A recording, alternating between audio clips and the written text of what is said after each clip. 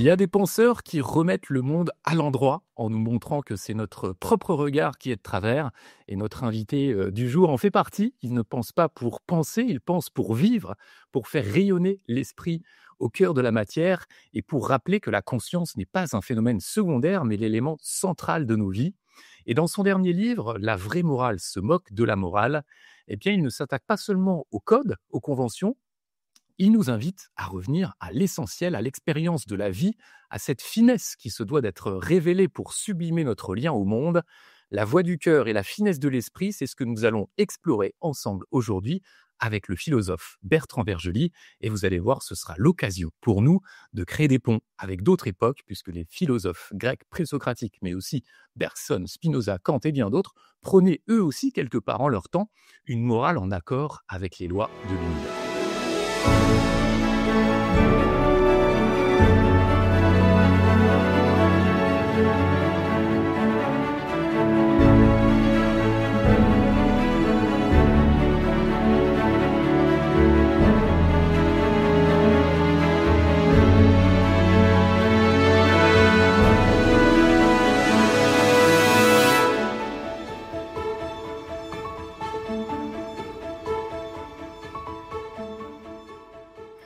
Bienvenue à la croisée des mondes, on parle des mystères de l'invisible et de spiritualité avec Inexploré.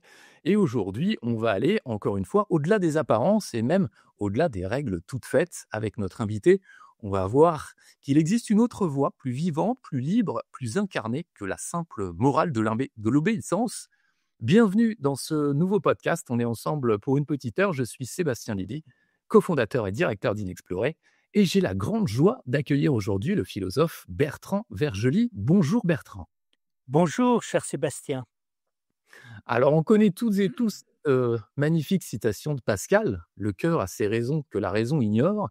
Et j'ai l'impression que pour vous, la société, la science, l'enseignement, beaucoup de monde a perdu cette sagesse qui pense avec le cœur. Pour démarrer, parlez-nous de ce constat que vous faites de notre temps, de notre civilisation et du monde d'aujourd'hui. Alors, il y a beaucoup de choses dans les questions que vous posez. Est-ce qu'on a perdu le sens de l'intériorité? Non.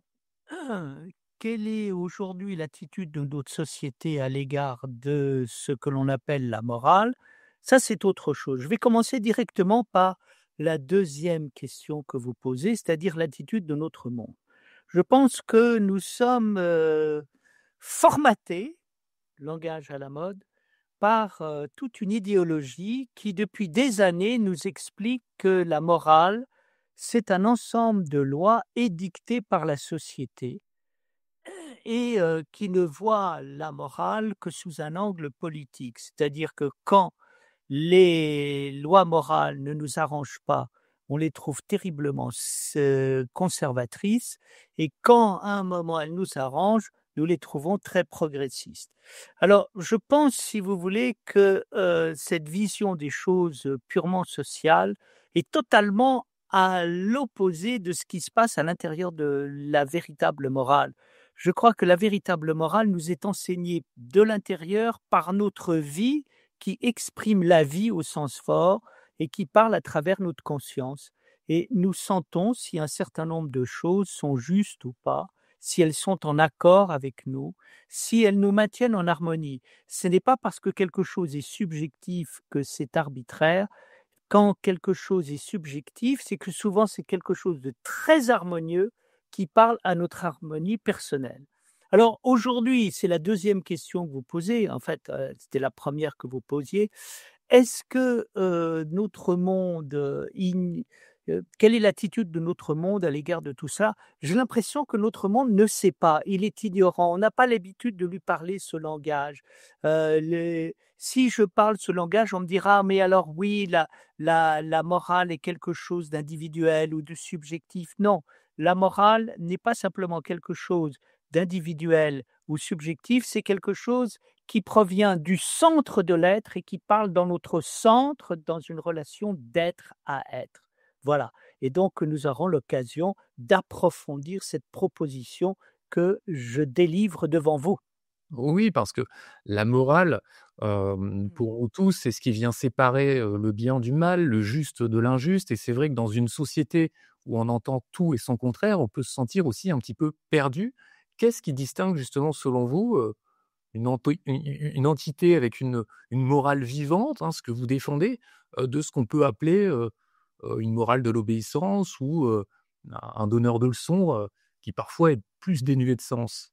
Comment Alors, la il y différence? a encore une fois beaucoup de choses dans ce que vous dites. Personnellement, l'obéissance, je trouve ça remarquable parce que je reviens à la signification première du terme obéissance qui veut dire écouter ce qui vient d'en haut. Deuxièmement, je pense que la véritable morale n'est pas quelque chose qui, nous donne des repères par rapport au bien et au mal et en nous demandant de nous soumettre au bien et de ne pas obéir au mal, parce que cette attitude me paraît une attitude passive. En revanche, la véritable morale, c'est quelque chose qui nous invite à vivre et à nous réveiller de notre torpeur. Est-ce que nous sommes véritablement actifs, présents à nous-mêmes quand nous vivons? Et je pense que la véritable morale est celle qui nous dit, avant de parler du bien et du mal, d'abord tu te réveilles, tu deviens présent à toi-même et à partir de cette présence, eh bien là, nous avons un vrai jugement pour pouvoir, conduire nos existences. C'est-à-dire, il y a des existences qui sont pleines, vivantes, présentes à elles-mêmes et il y en a d'autres qui ne le sont pas.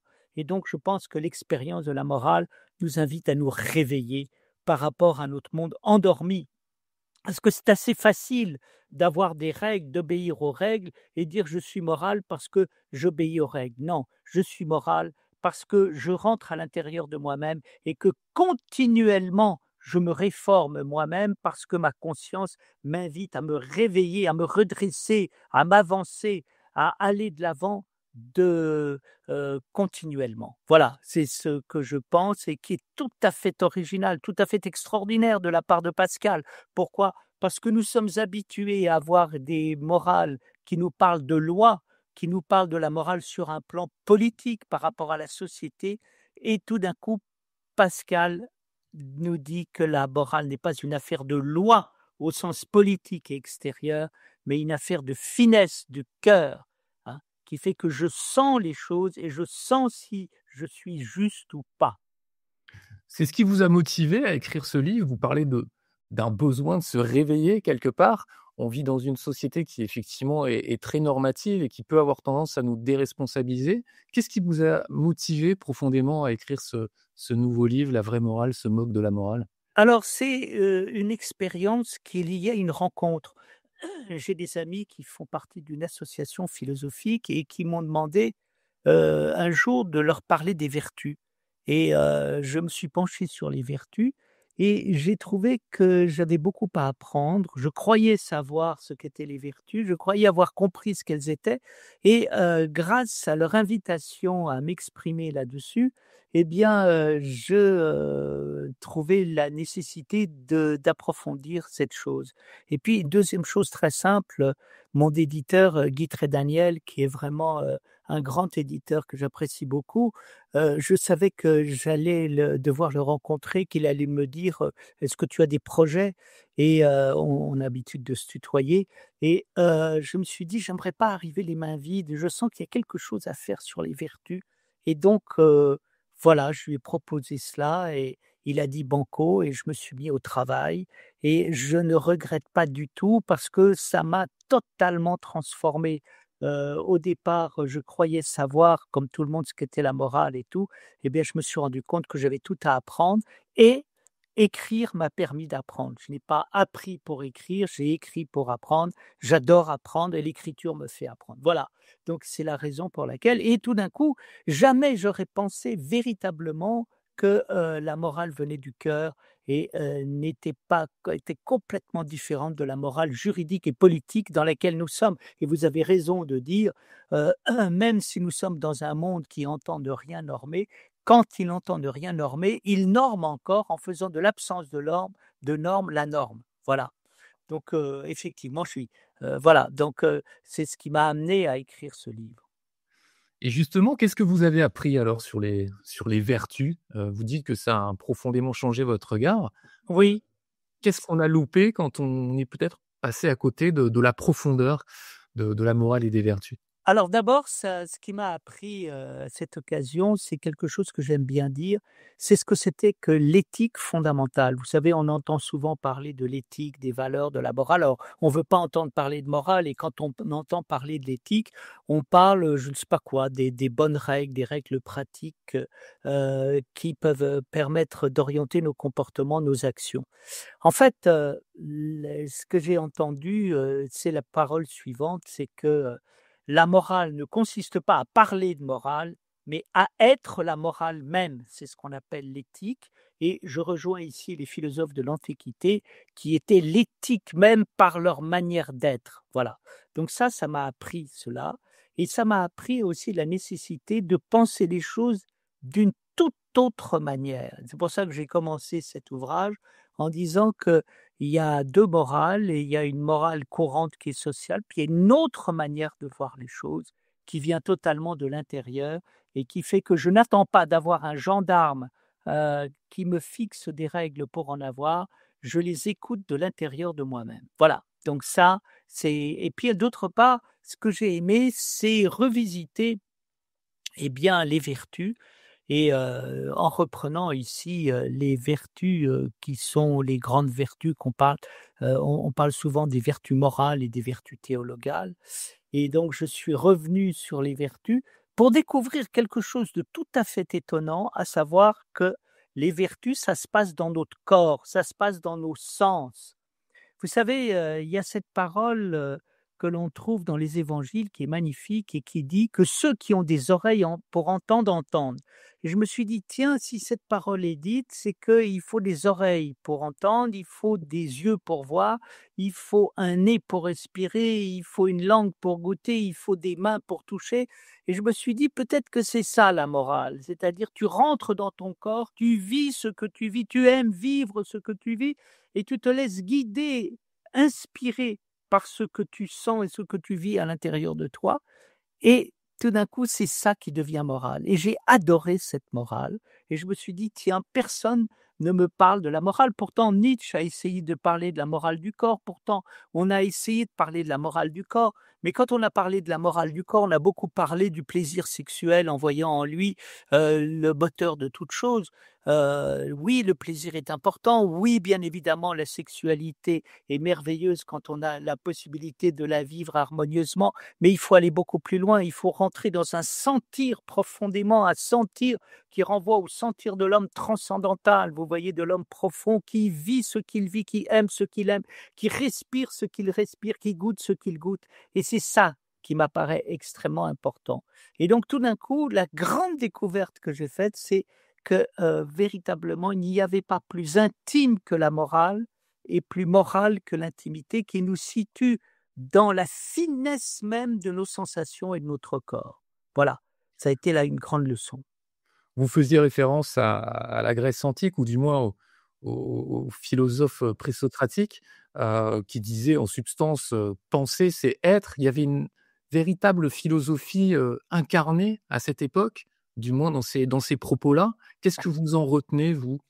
Ah totalement, vous savez, je pense que Nietzsche pensait que les seuls philosophes, véritables étaient les philosophes présocratiques. Pourquoi?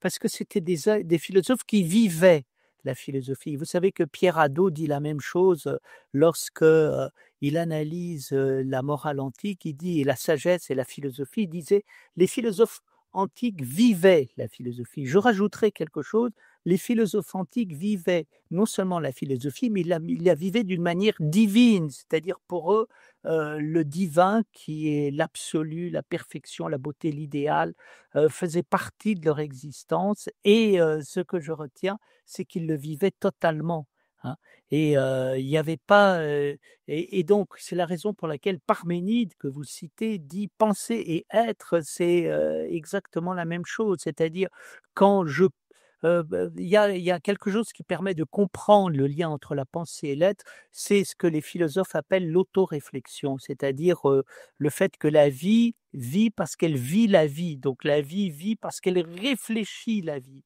et elle pense la vie et donc parce qu'elle pense, elle vit, parce qu'elle vit, elle pense, voilà et je pense que les philosophes grecs vivaient la philosophie. Je pense que parfois, il y a eu des philosophes grecs au-delà de la Grèce, c'est-à-dire il y a eu, dans l'Empire romain des philosophes grecs, il y a eu dans le Moyen Âge chrétien des philosophes grecs. Il y a toujours des philosophes grecs, c'est-à-dire des philosophes qui vivent la philosophie. Dans le romantisme, on a affaire à des philosophes qui vivent la philosophie. Nietzsche vivait la philosophie et je pense qu'aujourd'hui, il y a certainement partout encore beaucoup de philosophes grecs. Ne pensons pas que les philosophes grecs sont morts, ils perdurent à travers des gens qui parfois n'ont pas le conscience d'être des philosophes grecs et pourtant ils vivent totalement la philosophie grecque et la philosophie à travers leur manière d'être.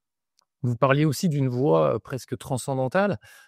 C'est vrai que cette philosophie-là, elle répond à quelque chose que vous avez dit plus tôt, c'est-à-dire, heu, s'accorder avec l'harmonie finalement du monde et de l'univers. Il y a un besoin de justesse, de finesse. Comment on enseigne ça aux enfants? C'est vrai que nous, on a tendance à caricaturer, il y a le bien, il y a le mal. Là, on parle de quelque chose de subtil. Comment justement, s'éduquer à cette finesse de l'âme?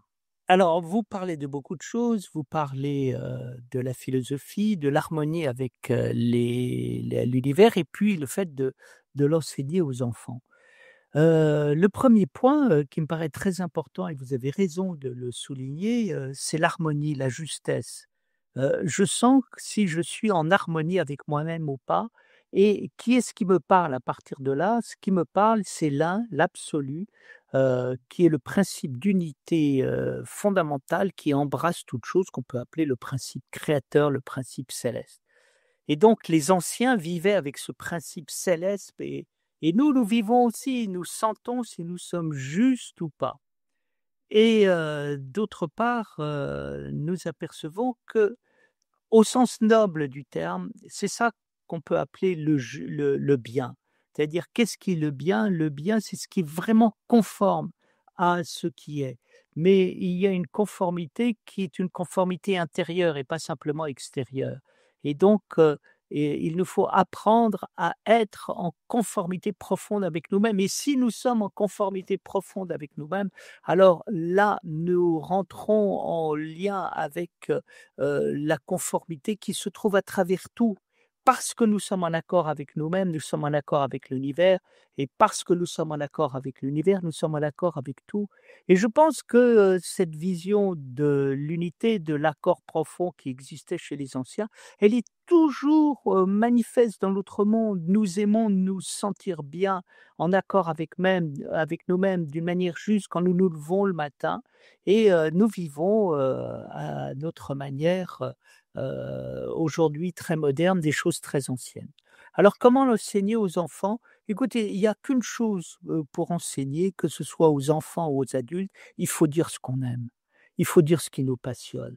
Il faut raconter en toute franchise les découvertes qu'on fait et je pense que si on dit à des petits enfants: «Ben voilà, écoute, je vais te raconter, la manière dont je vis, je vais te raconter ce que j'aime», mais vous allez voir, tout d'un coup, ils vont ouvrir les yeux, ils vont trouver ça très joli. Ils vont eux-mêmes réagir en disant: «Ah ben alors voilà, moi je vois ça, je vis ça» et je pense, si vous voulez, que, la grande communauté humaine, tous âges confondus, mais également, finalement, par-delà les temps et les espaces, c'est une communauté de passion, d'amour, d'engagement, vous savez, quand on dit ce qu'on aime, on est compris par tous et on est compris partout et tout le temps.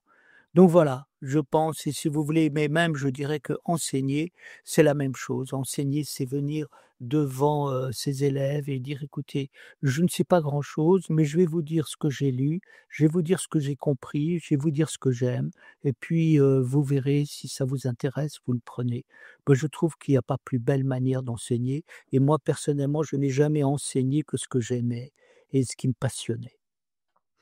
Quand je vous entends, j'essaie de voir justement, à quel point notre société s'est décalée quelque part de cette boussole-là et j'ai l'impression qu'on vit, dans une société du mental où les concepts, où les normes, sont devenues légion.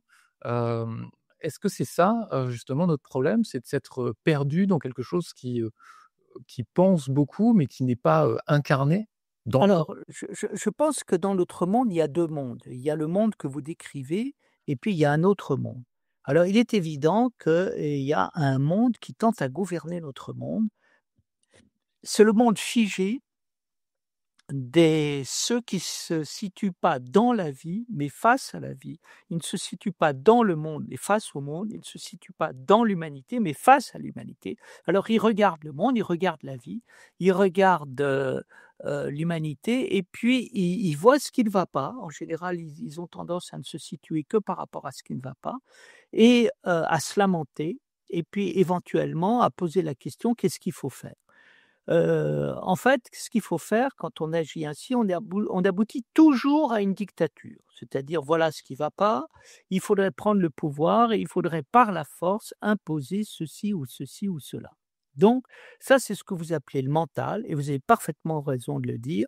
Ce mental a toujours été, critiqué, a toujours été remis en question par les sages disant: en gros, arrêtez de vivre dans la dualité, arrêtez de vivre face au monde, face à l'humanité, face à la vie. Vous êtes le monde, vous êtes l'humanité, vous êtes la vie et arrêtez de vous situer en dehors pour bâtir des schémas abstraits dans lesquels vous enfermez toute l'humanité, le monde et la vie et finalement vous aboutissez à des échecs. Mais heureusement, il faut savoir que dans notre monde, il y a aussi des tas de gens qui sont dans la vie, dans le monde, dans l'humanité, qui ne se situent pas par rapport à elle, qui ne veulent pas établir une dictature, mais qui vivent. Ils vivent des choses qu'ils aiment, ils vivent des choses avec perfection et ces êtres, partout où ils sont, amènent sagesse, équilibre, responsabilité et le monde tient grâce à eux. Donc, vous voyez, je pense que, nous avons dans le monde quelque chose qui crée le problème du monde, cette dualité.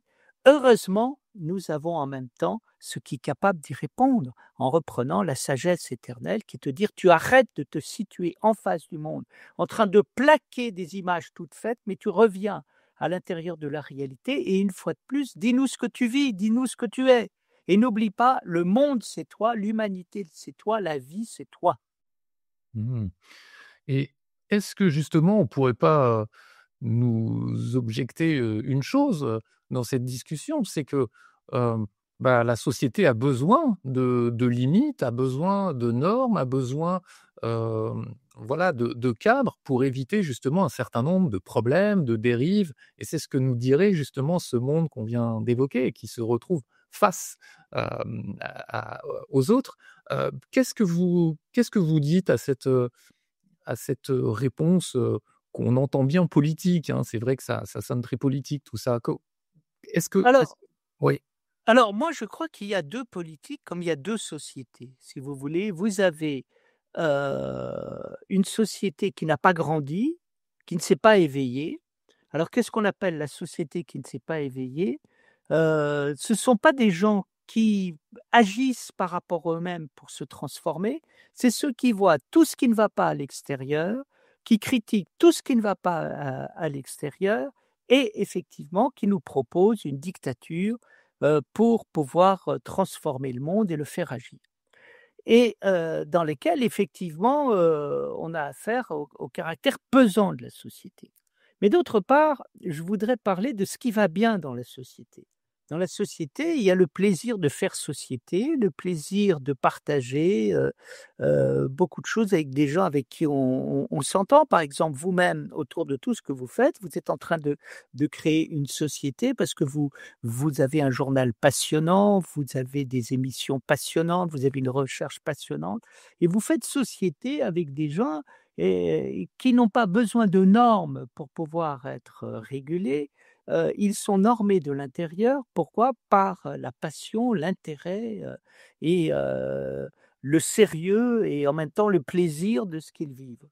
Donc, si vous voulez, la difficulté de notre monde, c'est le fait que, nous avons une société qui n'est pas encore rentrée dans la vie et nous avons une société qui vit. Quel est le problème auquel nous avons affaire dans le monde? Dans le monde, nous avons affaire à des tas de gens qui arrivent dans le monde, qui découvrent le monde et qui doivent, grandir à l'intérieur du monde et puis, vous avez, ceux qui se sont arrêtés de grandir. Et donc vous avez ce conflit à l'intérieur de la société et voilà, ce que je pense, c'est que, en vous rencontrant, en rencontrant des tas de gens qui sont ce que j'appelle des chercheurs de vérité, je trouve que j'ai trouvé une société qui s'est mise en marche, une société qui agit et cette société, elle est vivante. Cette société, elle est là. Il y a des tas de choses formidables qui existent dans le monde avec toutes sortes de personnes, magnifiques qui font tout vivre et c'est ça qui crée la complexité. C'est-à-dire qu'on aimerait, on aimerait que, la société vivante, bien, soit la seule société. Malheureusement, il y a la société qui ne vit pas et donc qu'est-ce qu'il faut? Il faut dire: «Bon, ben, il y a une société vivante, il y a une société qui ne vit pas. C'est pas parce que, il y a une société qui ne vit pas que, il y a pas de société vivante, mais malheureusement, il y a une société vivante, mais il faut savoir que cette société n'est pas reconnue et encore vécue par tous. Mais ne désespérons pas». Vous venez de profiter à l'instant de la première partie de cet entretien qui est disponible gratuitement sur YouTube et sur toutes les plateformes de podcast. Mais si vous êtes une exploratrice ou un explorateur digne de ce nom, embarquez avec nous dans l'aventure, abonnez-vous et vous allez profiter déjà de la suite de ce podcast. Mais en vous abonnant, vous allez pouvoir aussi aller plus loin et avoir accès à tous nos contenus chaque semaine, des podcasts, des documentaires, des reportages, des magazines. Vous profitez aussi de réductions assez incroyables sur nos odyssées, des parcours initiatiques multimédia. Et justement, la prochaine thématique est consacrée à l'amour. On a esquissé un petit peu ce nom, comment déployer cette force en soi et autour de soi. Allez voir sur notre site inexploré.com. Et dans la suite de cet entretien, eh bien, on se questionne. Et si la morale n'était pas qu'une affaire de règles, mais une manière de vibrer juste avec la vie, en conscience, avec le cœur? On continue notre formidable discussion avec le philosophe Bertrand Vergely. Abonnez-vous, on se retrouve dans un instant.